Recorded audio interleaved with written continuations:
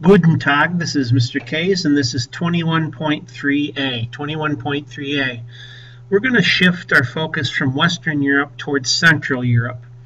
Do you ever wonder why Germany is not seen on the maps of the Middle Ages up until the 1800s? It's because Germany was not united. It didn't get its act together for a long time. We're going to see why today. We're going to look at the 30 Years' War.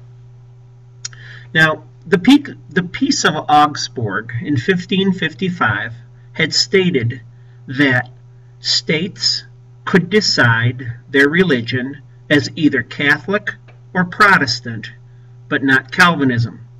Catholic or Protestant. If your prince is Catholic, so will you be. If your prince is Protestant, you're going to be a Protestant. But in 1608, we see Catholics and Protestants not really trusting each other. Each side was trying to get more converts to its side. So the Protestant Union was formed in Germany, and in 1609 the Catholic League was formed, each to protect themselves from the other. So we're seeing two sides here, Roman Catholic and Protestant. And it's only a spark that's needed to start a war. Well, that spark is going to be when Ferdinand II closed Protestant churches. Now, who's this Ferdinand II? Well, he's the head of the Habsburg family. We'll talk about them in greater detail down the way here. But the 30 Years' War is going to start. It's a conflict over religion, territory, and power in Germany. Conflict over religion, territory, and power, mostly in Germany. We see Ferdinand II closed Protestant churches in Bohemia, B-O-H-E-M-I-A, Bohemia, and the Protestants respond with a revolt. They're just itching for a fight. Now, the 30 Years' War has two different parts to it. First is the Habsburg triumphs. The second is the Habsburg defeats. The Habsburg is a ruling family that has family members in Austria, in Germany, in Spain. It's all over the place.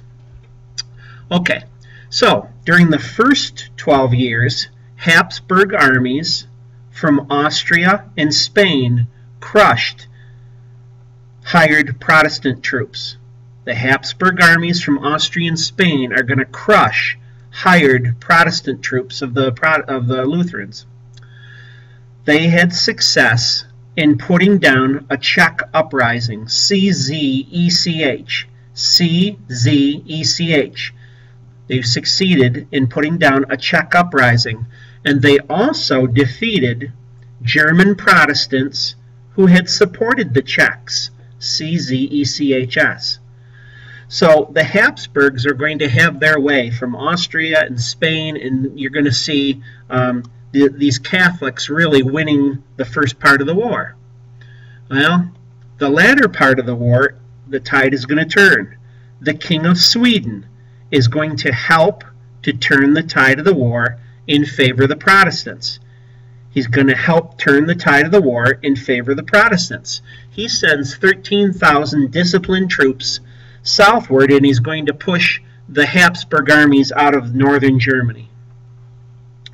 The French also help to defeat the Catholics. Now, Cardinal Richelieu and Cardinal Mazarin feared the Habsburgs more than he feared the Protestants, and so they take a calculated risk. The French are also going to help to defeat the Catholics. So you see the French Catholics defeating the Habsburg Catholics. You'd think they'd side with their Catholic brethren. They don't. They fear the Habsburgs more than they fear the Protestants. Eventually, after 30 years of war, you have the Peace of Westphalia. The Peace of Westphalia. The 30 Years' War was devastating to the German people. It was devastating to the German people. The population is going to drop from 20 million to 16 million. 4 million people die. And there's disunity in Germany until the 1800s. Disunity in Germany until the 1800s, the late 1800s. There's results of the war, 5 results of the war. The Habsburg states in Spain and Austria are weakened. The Habsburg states in Austria, or in Spain and Austria, are weakened. Number 2, France is strengthened by gaining German territory.